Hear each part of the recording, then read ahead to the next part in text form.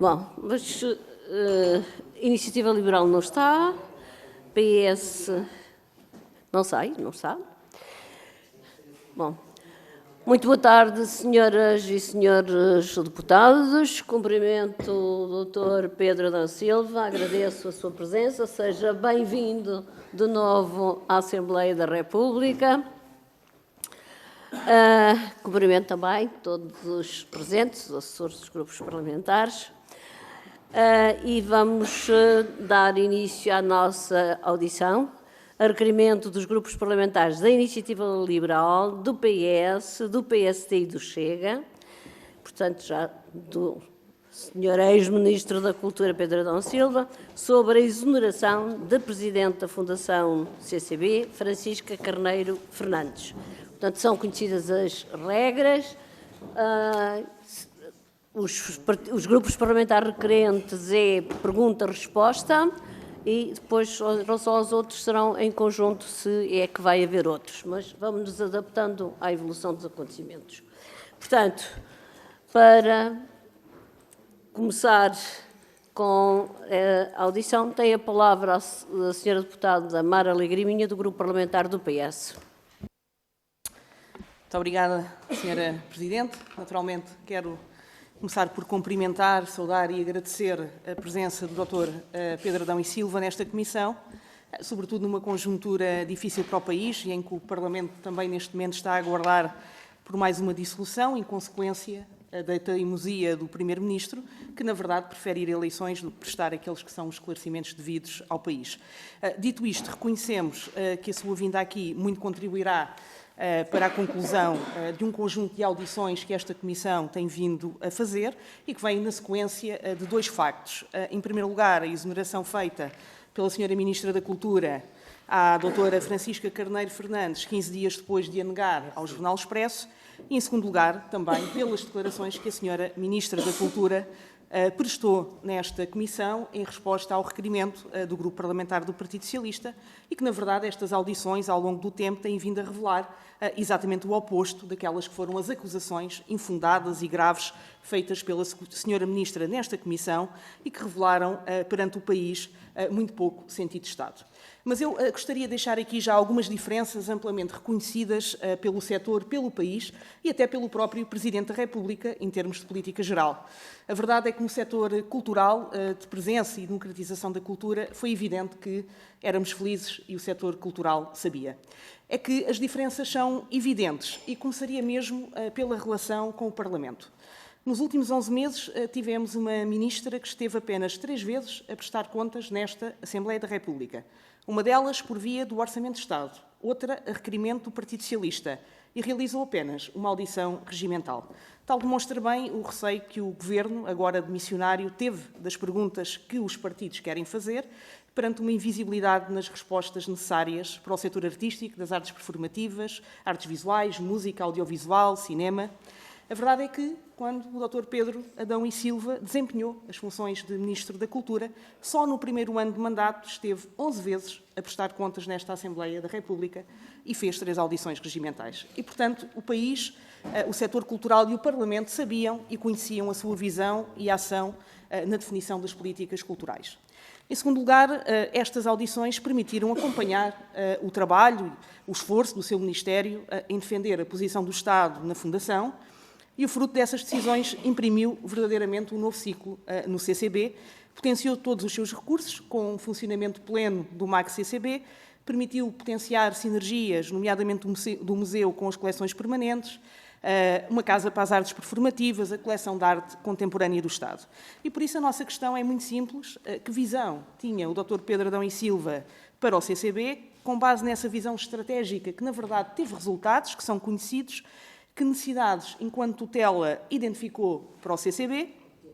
Em terceiro lugar, como analisa as declarações da Sra. Ministra da Cultura, que em vez de dizer ao Parlamento qual a sua visão para o tal novo ciclo do CCB, ou até para a política cultural nacional, que em bom rigor este Parlamento não conhece, mas o país também não, e que preferiu deixar aqui uma enxurrada de acusações que, como já disse, ficaram longe de serem provadas nestas audições.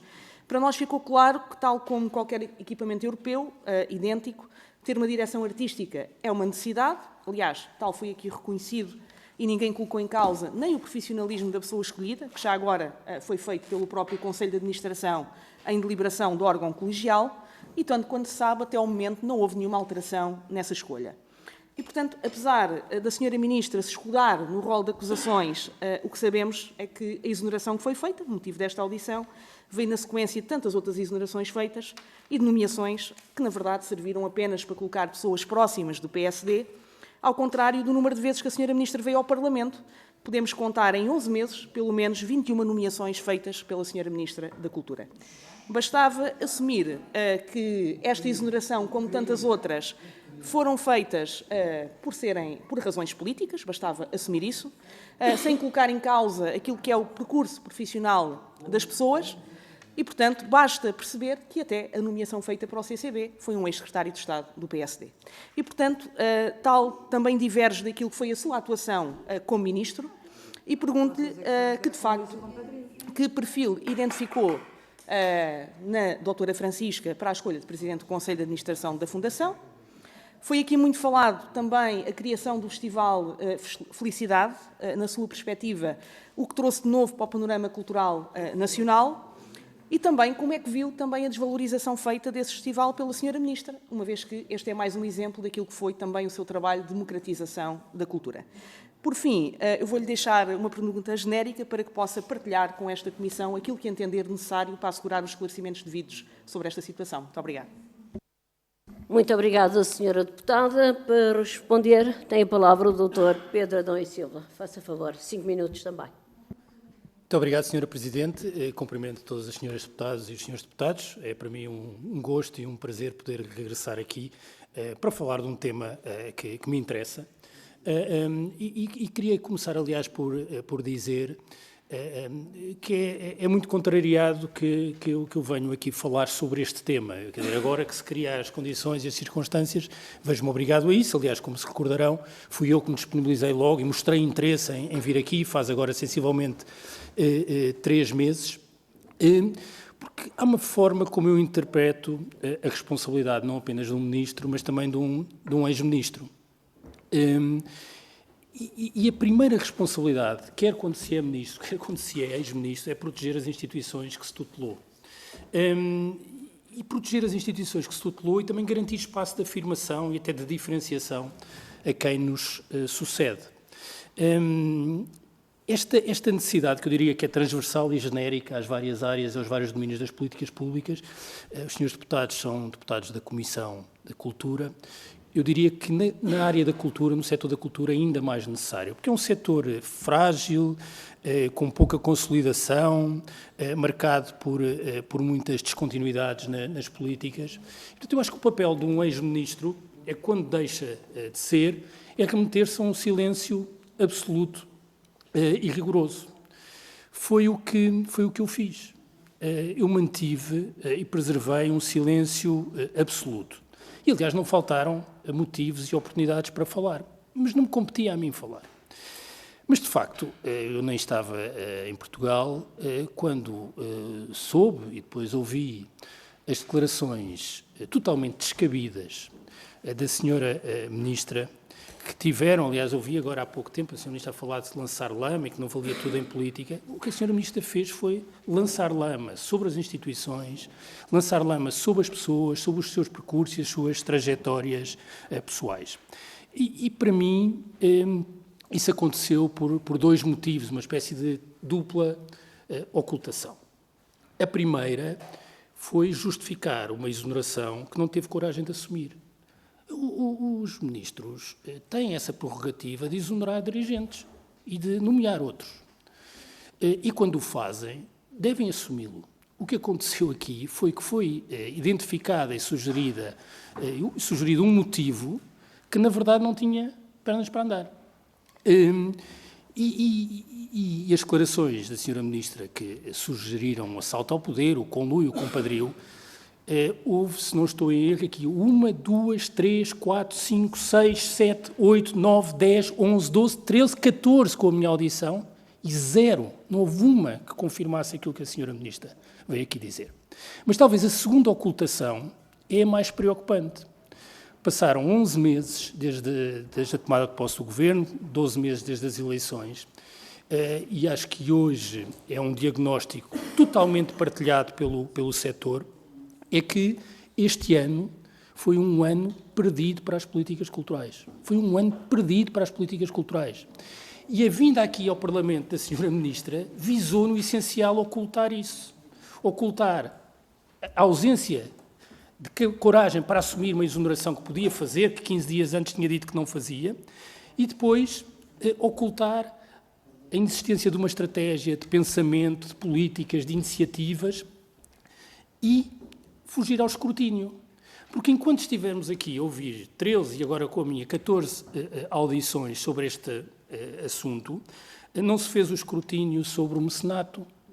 O Parlamento teve a possibilidade de discutir na especialidade e viabilizar um projeto para o mecenato que envolveu dezenas e dezenas e dezenas de atores do setor, perdeu essa oportunidade. Perdeu, por inércia. A DG Artes e o setor das artes performativas está abandonado. Depois de anos sucessivos de crescimento orçamental, com duplicação das verbas da dotação no último ciclo de concursos bienais e quadrienais, pela primeira vez em muitos anos abriu um concurso sem aumento das verbas face ao concurso anterior, agora os apoios a projetos. Não se sabe rigorosamente nada sobre a renovação automática dos quadrienais. Instituiu-se a gratuitidade dos museus. A indemnização compensatória da Museus e Monumentos de Portugal aumentou 0 para compensar a gratuitidade. Projetos abandonados, expansão do Museu Nacional de Arte Antiga, o Museu do Chiado, tudo abandonado. Não aconteceu nada. Eu, de facto, deixei uma herança pesada à senhora Ministra, com muitos projetos concluídos, com muitos em andamento, com muitos desenhados para serem projetados. A senhora Ministra teve todas as condições para se diferenciar, para se afirmar, para dar continuidade ao que entendia e dar descontinuidade ao que não entendia seguir. Perdeu essa oportunidade, tivemos um ano perdido para as políticas culturais. E por isso mesmo, a senhora Ministra, nas pouquíssimas vezes que veio aqui ao Parlamento, pouquíssimas, eu acho que em 25 vi mais vezes que a senhora Ministra, e em 24 suspeito que também, a única vez que veio cá foi para lançar uma cortina de fumo sobre a sua própria incapacidade. No fundo é isso. Muito obrigada. Em nome do Grupo Parlamentar do PSD, que é outro grupo requerente, tem a palavra o Sr. Deputado Carlos Reis. Faça favor, 5 minutos. Boa tarde, Sra. Presidente, Dr. Pedro Adão e Silva, Srs. Deputados. De facto, o Sr. anterior Ministro veio aqui 11 vezes porque o meu colega, deputado Alexandre Poço, era particularmente insistente e escrutinador do seu trabalho, e eu prometo não ser tão insistente nem tão aborrecido para si quanto era o meu colega quando estava a exercer funções, quando o senhor estava a exercer funções motivas. Mas não vou deixar também de ser claro e também de lhe dar opinião, porque a maioria das suas opiniões foram subjetivas, eu também tenho direito às minhas opiniões subjetivas, mas tenho também direito a fazer-lhe perguntas objetivas. É porque o senhor, o Dr. Pedro Adão e Silva, não rompeu o silêncio, de facto quando a senhora Ministra falou, porque quando na imprensa publicada vieram referir-se, nomeadamente em relação a decisões suas ou sugestões suas e a determinadas pressões que fez, sugestões, vamos fazer aqui, vamos tentar elevar a conversa, porque, de facto, durante estes dias, de facto, temos feito muito mal à República. Mas, tendo sugerido ao Dr. Elísio Somaviel a indicação de uma determinada pessoa, concreta, específica, não vi o Dr. Pedro Adão e Silva preocupado em lavar até a sua honra e até desmentir uma notícia que, ao que parece, mais tarde, no seu périplo televisivo, no seu autêntico safari televisivo de um dia, enquanto conseguiu correr todas as televisões, e nessa altura não foi capaz de desmentir essa. Eu sei que o Dr. Pedro Adão e Silva gostaria de ter sido o Ministro Manuel Maria Carrilho, não teve tempo para isso. Quiçá rever-se-ia, teria uma missão de ser o nosso Jacques Lang português, mas também não teve tempo para isso. E, portanto, naturalmente, depois de se ver a si mesmo como o sol e, portanto, como a estrela que brilha, naturalmente vê tudo atrás de si como o deserto, a treva, aquilo que não existe. Mas, deixe-me que lhe diga, De facto, há muita coisa por fazer, sabe? Há municípios do nosso país que não tinham uma porcaria de uma... Desculpem a porcaria. Não tinham uma simples biblioteca municipal. Uma biblioteca. De facto, há municípios do nosso país que não tinham uma biblioteca. De facto, de facto, há património. Sim, é verdade. Há municípios do nosso país que não tinham uma... Há municípios do nosso país que não têm uma simples biblioteca, e volto a dizê-lo, e isso é uma vergonha que nos envergonha a todos enquanto cidadãos portugueses. A todos. De facto, há muita coisa por fazer na cultura. Há muita coisa por fazer na cultura. Há muitos territórios despovoados de cultura, despovoados de investimento, despovoados de atenção mediática, despovoados do conceito do glamour e da luz, que tanto atrai determinado tipo de estrelas no nosso firmamento. Mas sabe, Sr. Dr. Pedro Adão e Silva, eu percebo que tenha achado que as comemorações a que presidiu antes de ser ministro e que depois transferiu uma verba para se estourar no Festival da Felicidade, tenha sido para si o epítome de grande evolução cultural. É a sua opinião, não é a opinião minha e não é a opinião de muitas das pessoas que por ali passaram. Mas o senhor tende a confundir aquilo que são opiniões de determinados setores da produção cultural com a opinião da generalidade desses setores da produção cultural. Mas independentemente disso, aqui a questão que coloco é muito simples. O senhor desmente então o Dr. Elísio Sumaviel, que disse que o senhor lhe sugeriu, especificamente a doutora Aida Tavares, conhecida operativa e operacional, ainda basta ver, esta semana ali estava ela a co-dirigir a sessão de candidatura da Dra. Alexandra Leitão à presidência da Câmara Municipal de Lisboa, portanto basta ver, do Partido Socialista para a direção da Casa Artística e a sua municipalização através da transferência das pessoas do São Luís para o CCB. Portanto, saber se desmente aquilo que o Dr. Elísio Sumaviel aqui disse nesta comissão. E também, já agora, saber a doutora Francisca Carneiro Fernandes, num tom, aliás, algo desequilibrado que manteve aqui, mas que antes tinha dito, provavelmente ponderadamente no jornal, que tinha encontrado um CCB com práticas de gestão muito erradas, especificando várias ilegalidades, aliás, acusando várias ilegalidades. A doutora Fernandes, aqui, e voltou a referi-lo aqui. Aliás, ainda mais, vou-me poupar a qualificação, mas ainda mais contundentemente.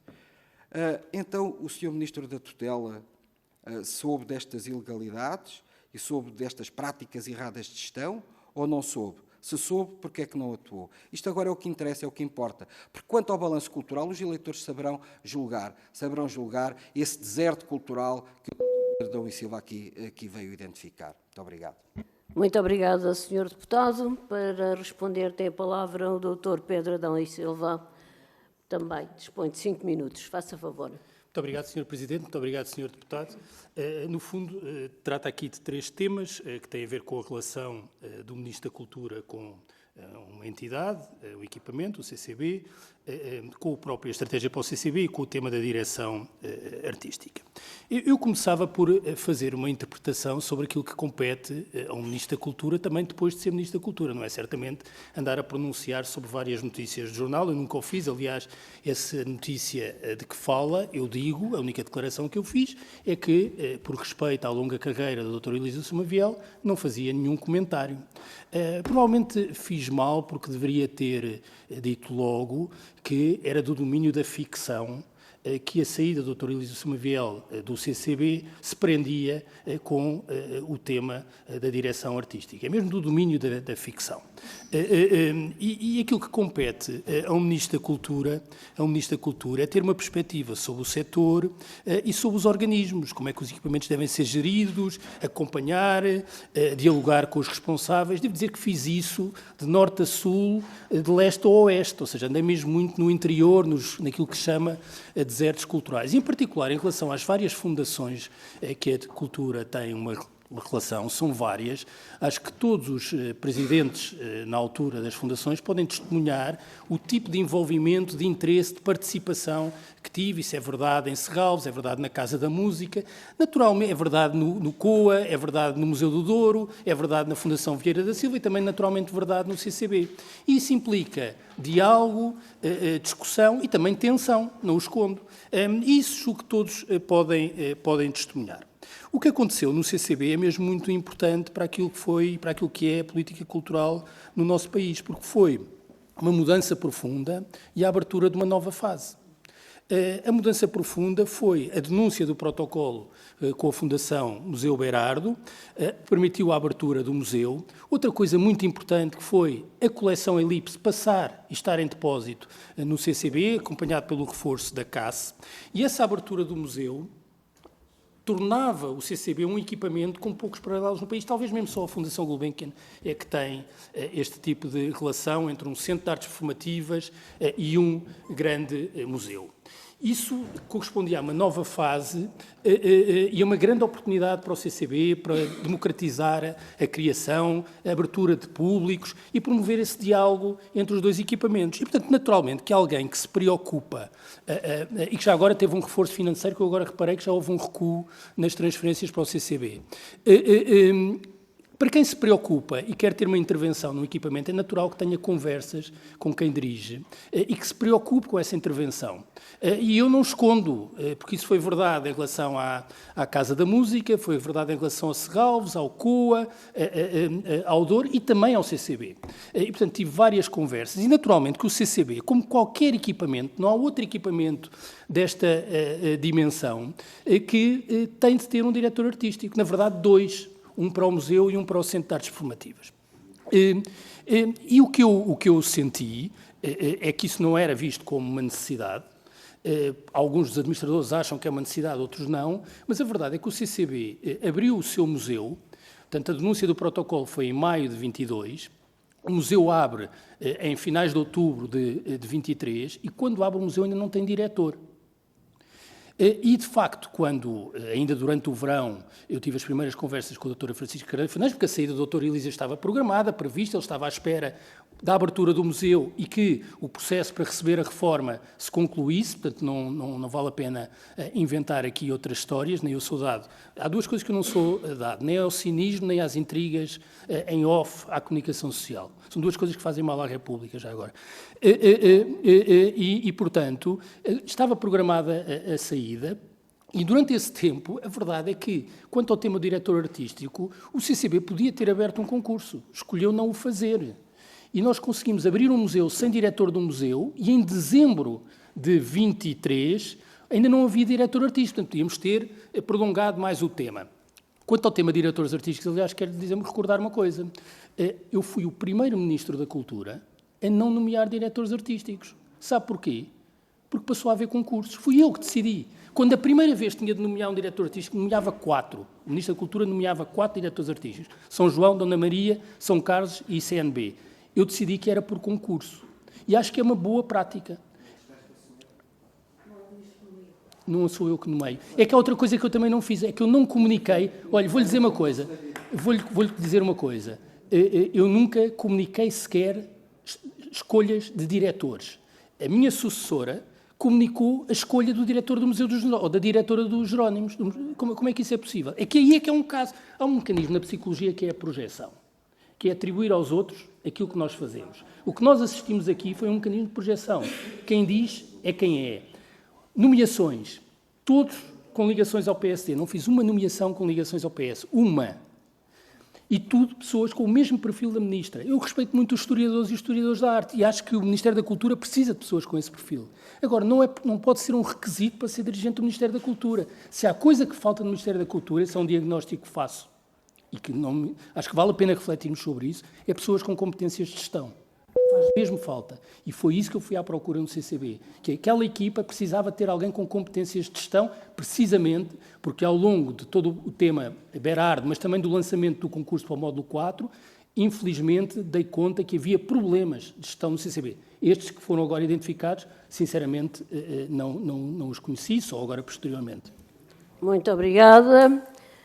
Em nome do Grupo Parlamentar do Chega, tem a palavra, que também é um grupo requerente, tem a palavra o Sr. Deputado Jorge Galveias. Faça favor. Muito obrigado, Sr. Presidente. Senhoras e senhores deputados, cumprimento o Dr. Adão e Silva e aproveito para lhe enviar cumprimentos ao seu Gramsci.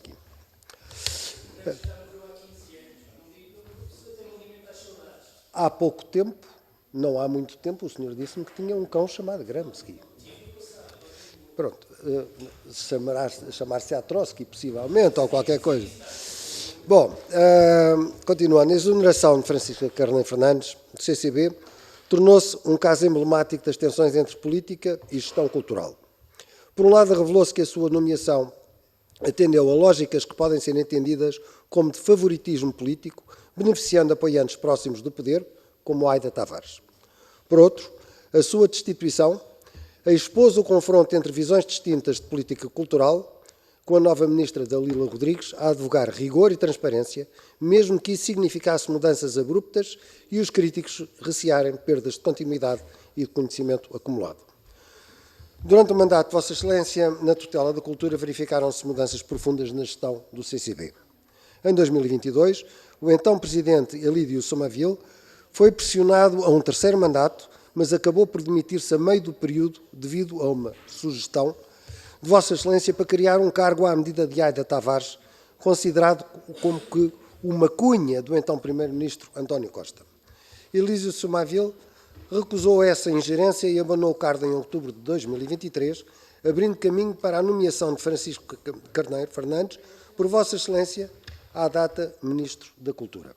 Será de notar que Vossa Excelência assumiu a existência da cunha a dois presidentes do CCB, reconhecendo que falou a Elídio Somaville, que recusou, e a Francisca Carneiro Fernandes, que aceitou, no interesse em contratar Aida Tavares, apoiante do PS e de António Costa, para diretora artística sem concurso.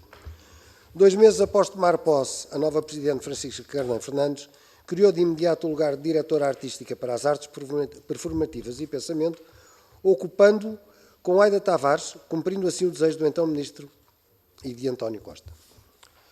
Esta contratação foi feita sem concurso público ou processo de seleção, apresentada logo na primeira reunião do novo Conselho de Administração e aprovada apenas graças ao voto de qualidade de Francisca Carneiro Fernandes.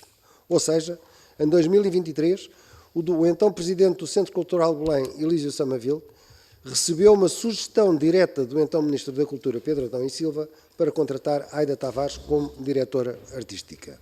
Vossa Excelência confrontou Somaville com a ideia dessa contratação, que confirmou posteriormente ter existido essa conversa, tendo rejeitado explicitamente a sugestão do Sr. Ministro. Após a saída de Elídio Somaville, anunciada no final de 2023, Vossa Excelência nomeou Francisca Carneiro Fernandes para Presidente do CCB e pouco depois, a 27 de dezembro de 2023, Aida Tavares assumiu funções como Diretora de Artes Performativas e do Pensamento da instituição. Para além da falta de transparência, anote-se que foi definido para Aida Tavares um salário elevado, nível 18 da escala pública, cerca de 5.400 euros mensais, quando o Presidente do CCB ofere 6.600 euros mensais, um nível que já nem estava em uso na instituição. Por um lado, revelou-se que a sua nomeação atendeu a lógicas de favoritismo político, beneficiando apoiantes próximos do poder socialista, como Aida Tavares. E eu deixo-lhes diretamente as seguintes questões. Segundo a Sra. Ministra da Cultura, a atual, acabaram os compadrios, cunhas e lobbies no CCB. Ao que se refere concretamente a Ministra Dalila Rodrigues, e já agora, foi ou não por razões políticas que Dalila Rodrigues nomeou um ex-secretário de Estado do PSD para Presidente do CCB, exatamente Nuno Vassal da Silva. Primeiro, negou à SIC e à TVI ter tido interferência na contratação de Aida Tavares. Depois, o público garante que, afinal, admitiu ter sugerido um nome. E pergunto-lhe em que é que ficamos. Porque insistiu na contratação de Aida Tavares, uma vez que sugeriu o nome dos 2 últimos presidentes do CCB. Qual era a urgência desta contratação feita sem concurso público? Como é que justifica a não realização de concurso público para o cargo de direção artística ocupado por Aida Tavares? Era por ela ser apoiante do PS e de António Costa, à época Primeiro-Ministro, e, por fim, demissão de Emílio Somaville. Porquê? Por se ter recusado a contratar Aida Tavares, querendo um cargo de propósito para ela? Fica a aguardar as respostas do Sr. Doutor. Muito obrigado. Muito obrigada, Sr. Deputado. Para responder, tem a palavra o Dr. Pedro Adão Silva. Também dispõe de 5 minutos, faça favor. Obrigado, Sr. Presidente. Muito obrigado, Sr. Deputado. Bateu-me uma saudade com a referência a esse meu cão que já morreu para aí há 15 anos. Eu, felizmente, agora tenho outro cão, chama-se Ziggy Stardust. Depois, se houver outra oportunidade, já pode atualizar a pergunta. O Gramsci foi um cão que me fez muita companhia durante muito tempo. Era um belíssimo labrador castanho, fique sabendo. Mas agora, falando um pouco mais a sério, o Sr. Deputado reproduziu aí um conjunto de afirmações que não têm base nenhuma. Eu já tive a oportunidade há pouco dizer e lhe afirmo. Quando eu tomei posse, uma das primeiras decisões que tomei foi a denúncia do protocolo de comodato que existia com a Fundação de Arte Moderna e Contemporânea Museu Berardo. Isso era uma decisão que acarretava imensos riscos. Imensos riscos. Correu bem, mas podia de facto ter corrido mal. Houve muita litigância que, felizmente, os interesses do Estado venceram, com litigância com o Sr. Berardo, bem entendido. Como as coisas, quando correm bem as coisas, às vezes nós esquecemos quem teve responsabilidades nas coisas que correram bem. Eu não posso deixar de sublinhar aqui o trabalho excepcional que a Comissão Liquidatária, presidida por um magistrado jubilado, o Dr. Carlos Sousa Mendes, teve e a sua equipa. Foi, de facto, um trabalho extraordinário na defesa do interesse público. Porquê que eu estou a contar este episódio? Porque, como é público, o Dr. Elísio Somaviel já tinha dado nota de que tinha interesse em sair do CCB. E continuou nessa altura, porque o presidente do CCB, por inerência do cargo, era o fiel depositário da coleção Berardo, que envolve um litígio entre o universo do Sr. Berardo e 3 bancos. O Estado não é parte. Ora, a continuidade do Dr. Elísio tem muito a ver com essas circunstâncias. Quando abriu o museu, quando esse processo de relação com o Sr. Berardo estava totalmente concluído, era preciso que o CCB entrasse numa nova fase. E foi por isso que o Dr. Elísio Somaviel saiu. Saiu para se reformar, aliás, pôs os papéis para a reforma, estivemos a fazer tempo para que viesse a reforma dele, e por isso também é que a doutora Francisca, quando toma efetivamente posse, já está a trabalhar durante uns tempos para preparar a sua entrada no CCB. E naturalmente que há diferenças de perfis. E o que eu fui à procura, porque tive algum tempo para pensar na substituição, foi com base em critérios. Aliás, foi isso que fiz para todas as nomeações. Eu não fiz muitas nomeações, porque acho que é importante precisamente preservar as continuidades, e há uma cultura de dirigentes do Ministério da Cultura que é até um pouco diferente de outras áreas. Portanto, não há nada, um perfil de nomeações politizadas. Isso não é verdade no Ministério da Cultura. Há pessoas com trajetórias longas. Ainda agora a doutora Fernanda Heitor se reformou depois de 20 anos como diretora-geral. O doutor Luís Silveira Botelho, que está também já em vários mandatos sucessivos. Quer dizer, o José Manuel Costa na Cinemateca. Quer dizer, há um sem número de pessoas que têm percursos longos e que devem ser protegidos. E qual foi o critério que eu tive sempre? Foi um critério de qualificações para aquela função. Curiosamente, eu que nomeei poucas pessoas, tenho 2 ou 3 casos de nomeações, até um curioso, que à terceira conversa antes da nomeação, um dirigente importante do Ministério da Cultura, ele disse: olha, atenção, é que eu até fui dirigente do PSD no passado. E eu disse: olha, não sabia, mas isso não releva nada. Porque não é isso que me preocupa. A doutora Francisca Carneiro Fernandes tem 20 anos de experiência, como gestora pública. E eu, e esse diagnóstico continuo a fazer, acho que o Ministério precisa de pessoas com essas competências e essas qualidades. A doutora Francisca Carneiro Fernandes foi nomeada por ministros do PS, do PSD e, entretanto, por um Presidente de Câmara independente, que é o doutor Rui Moreira. Portanto, tem uma vasta experiência. O que é que era preciso no CCB, a meu ver? Nesta nova fase, competências de gestão, porque eu não escondo que no tema Berardo, no tema do módulo 4 e outros, fui sentindo que isso era necessário no CCB. Mas, não menos importante, uma proximidade ao setor que permitisse alavancar, dinamizar aquele equipamento que é extraordinário e que permitia agora um diálogo entre um grande centro de artes performativas e um grande museu que passava a ter uma coleção em depósito, 2, na verdade, ou 3, considerando a CAS, de arte contemporânea, que permitia uma enorme continuidade. E é por isso que estão exposições extraordinárias. Já agora uma remontagem da exposição no piso superior e já uma sucessão de ótimas exposições que integram a Elipse, a CAS e a coleção Berardo, e também coleções de privados que estão lá em depósito.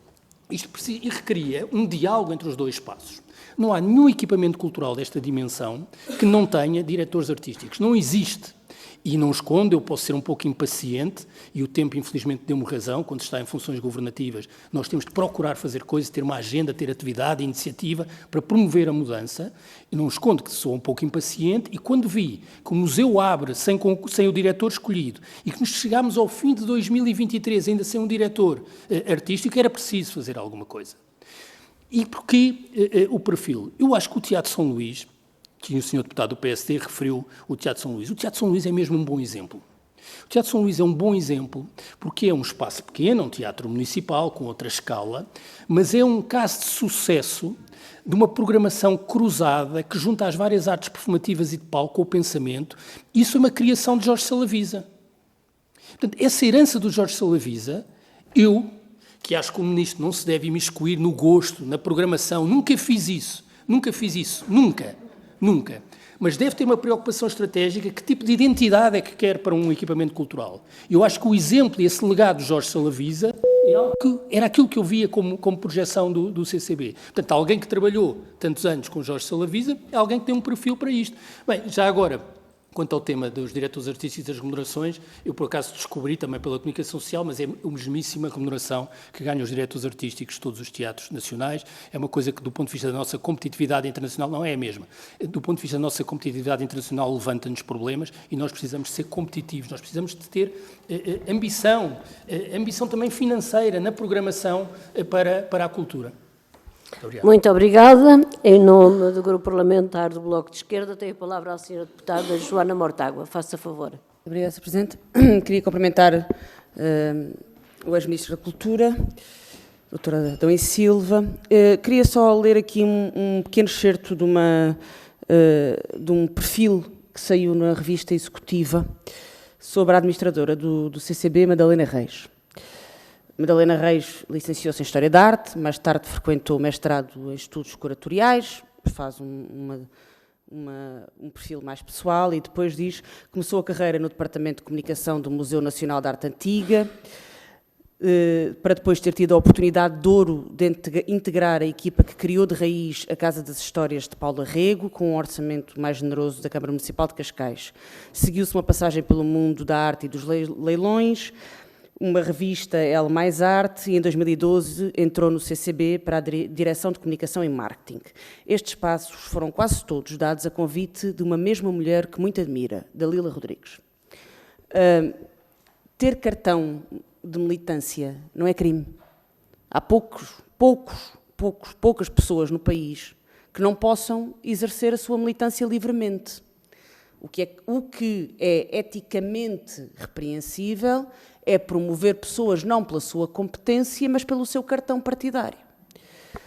Parece-me absurdo estarmos aqui a discutir a exoneração da doutora Francisca Carneiro Fernandes, utilizando para isso, como justificativa e bode expiatório, a contratação da doutora Aida Tavares, com a simples justificação de que ela tem militância partidária, ocultando que ela tem uma vida profissional que passa por ser programadora cultural. O Sr. Deputado Alexandre Poço disse que não a conhecia nem nunca tinha ouvido falar dela.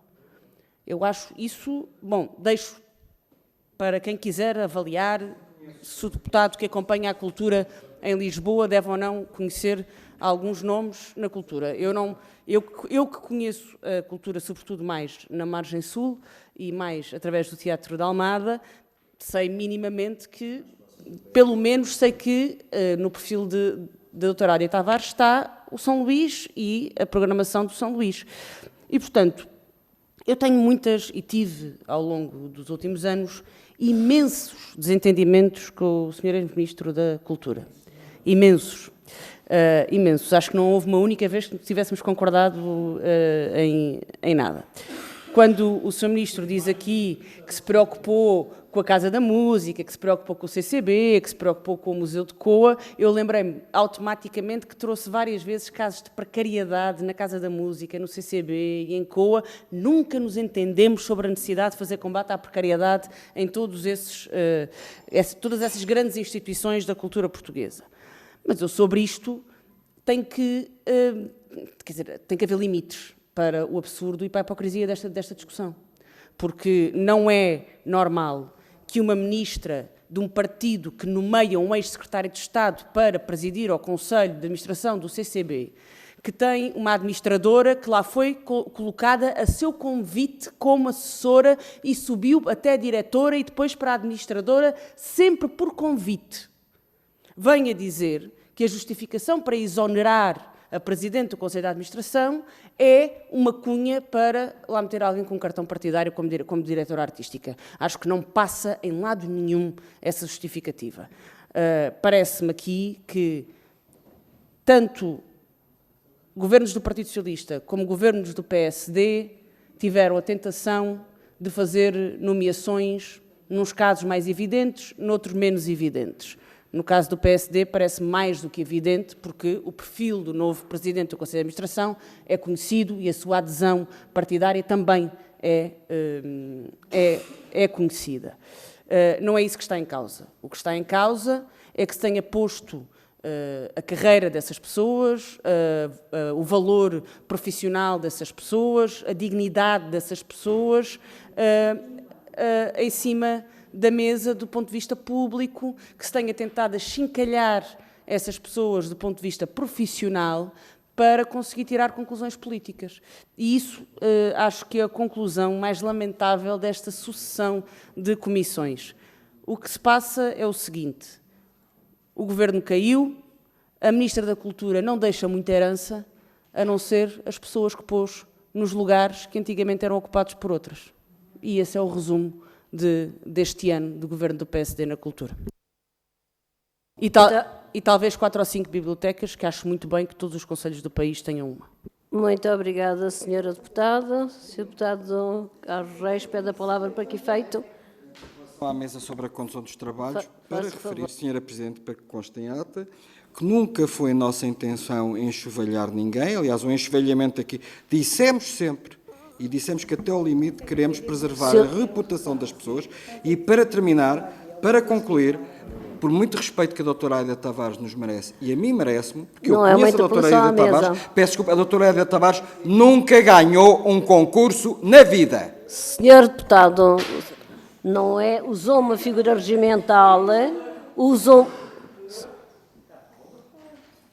O Sr. Deputado sabe que usou uma figura regimental mal utilizada, ou seja, para dar uma réplica, inclusivamente introduzindo aqui um hiato entre a pergunta e a resposta. Mas, enfim, hoje também já é a nossa última reunião, não nos vamos agora estar a preocupar com isso. Portanto, Senhora Deputada Joana Mortágua, vamos criar condições para que o doutor Pedro Adão e Silva possa responder. Dispõe de 5 minutos. Faça favor. Muito obrigado, Sra. Presidente. Muito obrigado, Sra. Deputada. Vou concordar consigo, mas para mantermos aqui a boa tradição também vou discordar. E também para demonstrar que, afinal, o Dr. Alexandre Poço não era assim o mais insistente no escrutínio. E eu vivo mesmo bem, é uma coisa que, aliás, gosto desta discussão e do escrutínio. O que é que eu vou dizer sobre esta matéria? É o seguinte: eu não fiz nenhuma nomeação com critérios políticos. Não fiz. Não fiz mesmo. E peço que me deem o exemplo de uma só. Não só não fiz, como tenho uma preocupação que levei a sério no tempo em que estive em funções, de proteção das instituições e até de promoção de pessoas no interior das instituições. Quem eu nomeei para a Museus Imensos de Portugal, o Dr. Pedro Sobrado, era o Presidente do Conselho de Administração do Teatro Nacional de São João. E porquê? Porque estava à procura, como sabe, infelizmente, e eu acho que isto é mesmo um tema que merece reflexão, temos poucas pessoas com, ao mesmo tempo, experiência de gestão de empresas públicas, que coloca desafios muito grandes e com sensibilidade ao setor. E, portanto, foi essas pessoas que eu fui sempre à procura. E com outra preocupação, que é encontrar perfis complementares ao meu e diferentes do meu. A minha secretária de Estado, eu há pouco falava dos historiadores, a minha secretária de Estado era historiadora e vinha do setor, tinha a experiência de gestão do setor que eu não tinha. E, portanto, Foi sempre isso que eu procurei. O que me preocupa no conjunto de nomeações que foram feitas e naquilo que aqui foi dito, é que, na verdade, o que aqui se passou, quem lançou lama, enxovalhou o setor, foi a senhora Ministra. Tudo o que se passou depois decorre daquela intervenção descabida aqui, para ocultar a ausência de coragem para assumir uma exoneração que era legítima, era uma prerrogativa que tinha, e para ocultar o perfil das nomeações que foi fazendo sempre, que são perfis que são iguais aos seus e continuidade dos seus perfis. Isso é mau para o setor. Não podemos ter essa reprodução daquilo que é o perfil do Ministro. Não é isso que nós precisamos. Precisamos de pessoas diferentes, que complementem os perfis. Falou a doutora Madalena Reis, que fui eu que nomeei. Tem um perfil diferente. E, quer dizer, é público e notório que não há alguém próximo do Partido Socialista. E então, pensa que isso... Não só não é crime, como para mim isso não foi relevante. Não foi relevante, como não foi relevante outras nomeações que fiz, foi sempre esse o meu critério. Pelo contrário, o que eu vejo agora é que passou a ser um requisito para ser dirigente do Ministério da Cultura, ser historiador e que ter conhecimento. Portanto, foi um caso típico de projeção. A senhora Ministra veio aqui acusar os outros de fazer aquilo que ela faz. E porquê que o fez? Porque foi um ano em que não aconteceu rigorosamente nada na cultura, foi um ano perdido, quando havia herdou um orçamento generoso, muito generoso, que permitia tudo, que tinha uma trajetória de crescimento brutal das dotações para o cinema, para as artes performativas, para a arte contemporânea, uma estratégia para o património. Quer dizer, a primeira coisa, que um dos poucos diplomas que foi aprovado, que foi o Fundo de Aquisições para as coleções dos museus, cortou para metade o valor que estava previsto. A única alteração que fez ao diploma que eu tinha deixado pronto foi cortar para metade o valor. O mecenato, esta comissão, a meu ver, tinha ganho se, em lugar de estar a fazer 14 audições sobre este não tema, tivesse aproveitado para, na especialidade, trabalhar um diploma que devia ter sido viabilizado na generalidade sobre o mecenato. O país perdeu mais uma oportunidade. A legislatura acaba, posso continuar? A legislatura acaba, tiveram um diploma pronto, depois da auscultação de dezenas, centenas de pessoas que foram auscultadas. Podiam ter pegado naquele diploma e trabalhar aqui, voltar a fazer audições e resolviam um problema que o país teve. Zero, não fizeram nada. A senhora Ministra fala da gratuitidade. A gratuitidade é financiada à custa do montante da indenização compensatória que a Museus e Monumentos de Portugal tem para financiar programação, contratações. Ou seja, é um corte colossal naquilo que é o orçamento da Museus e Monumentos de Portugal. É uma medida que teve zero impacto orçamental para o Ministério das Finanças. Limitaram-se a indenização compensatória que eu tinha aumentado é consumida com a gratuitidade. O Museu do Chiado tinha um projeto aprovado e uma portaria de extensão de encargos para fazer uma obra de renovação e expansão. Deitaram abaixo o concurso. Comprámos os terrenos da 24 de Julho para fazer finalmente a expansão do Museu Nacional de Arte Antiga, estava em conversações com um grande mecenas que poderia oferecer o projeto de arquitetura, o que encurtava os espaços e podíamos ter uma obra transformadora daquilo que é o melhor museu português, que é o Museu Nacional de Arte Antiga. Um ano não aconteceu nada. Silêncio da Câmara Municipal de Lisboa, silêncio do Governo. Foi tudo abandonado.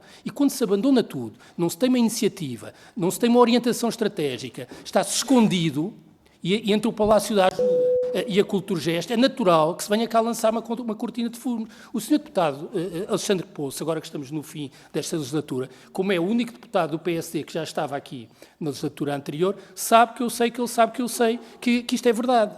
Foi um ano perdido para a política cultural em Portugal. Um ano perdido, e o Sr. Deputado sabe bem que isto é verdade e, portanto, não vale a pena. E temos de andar para a frente. Eu espero que vamos ter um novo governo, não tarda, e eu espero que volte a haver política cultural em Portugal. Muito obrigada. E boa tarde e boa sorte a todos. Quero agradecer a presença do Dr. Pedro Adão Silva, os esclarecimentos que nos deu e, pessoalmente, também tive muito gosto em o rever, já há muito tempo que não o via. Peço às senhoras e aos senhores deputados, só um minuto, 2 minutos, faça o favor, só para me despedir. Mas eu estou liberto.